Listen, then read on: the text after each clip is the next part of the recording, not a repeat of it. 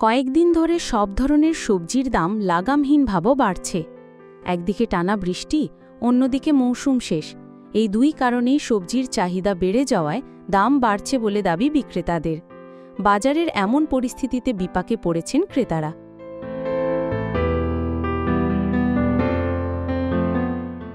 সপ্তাহ ব্যবধানে আরও অস্থির হয়ে উঠেছে রাজধানীর নিত্যপণ্যের বাজার। শাক সবজি, মুরগি, ডিমসহ বেড়ে গেছে প্রায় সব ধরনের নিত্যপণ্যের দাম। এদিকে ফের বেড়েই চলেছে সবজির দাম। নিয়মিত খাওয়া হয় এমন অধিকাংশ সবজির দাম এখন ৮০ টাকার উপরে। সবজির দাম চড়া থাকায় অস্বস্তি বেড়েছে ক্রেতাদের। বিশেষ করে নিম্ন ও সীমিত আয়ের মানুষেরা বেশি সংকটে পড়েছেন।